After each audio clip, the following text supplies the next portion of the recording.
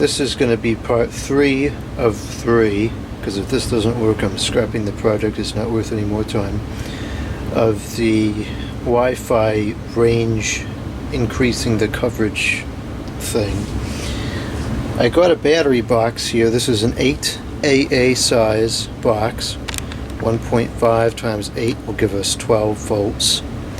And that is the voltage that's required by most Wi-Fi routers and range extenders. So the objective is to take this battery box and fill it with batteries and power an extender. Rather than using the AC cord, I will use this cord connected to this and power the extender somewhere out in the middle of the yard. The first thing we need to do is strip this wire back and make the connection.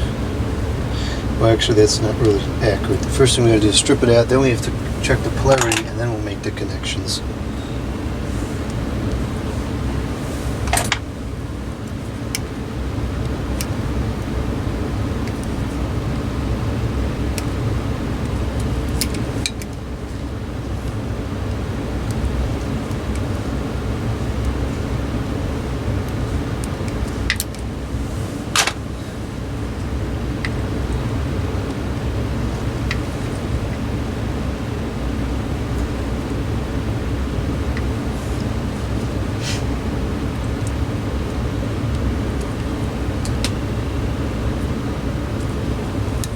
Okay, so looking at our power adapter here, there's going to be some markings on here that talk about the polarity.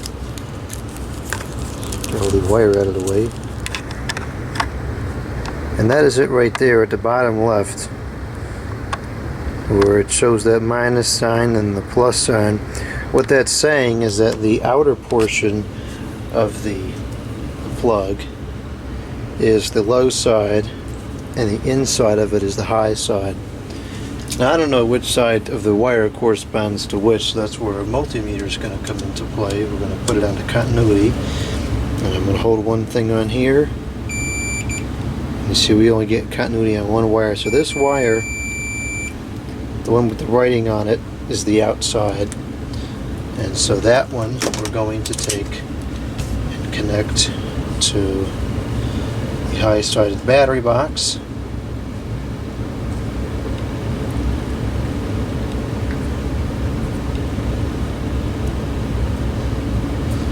And now we'll connect the other side to the low side of the battery box.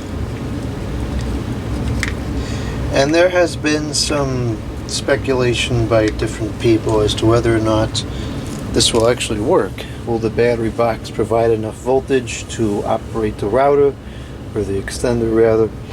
And it's a valid question, because unlike most devices that run on batteries, the router is not intended to handle the drop in power that the batteries will give over a period of time.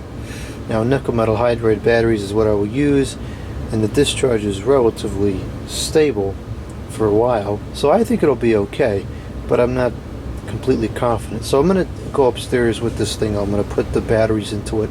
I'm going to plug in the extender, and if it powers up and it works for a couple of minutes, we're going to come back on the video and make the connection better, more durable, and then we'll set it up outside and see what transpires. So it doesn't work at all. It doesn't even power on.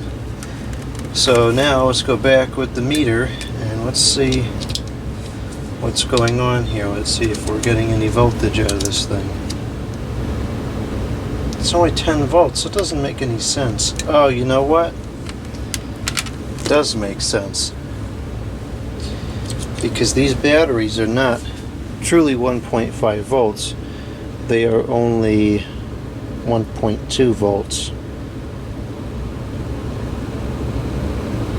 And so ultimately what I probably would need to make this work is, that's reading 1.38. What I would need to do is probably add another 2 more cells to have a 5 volt,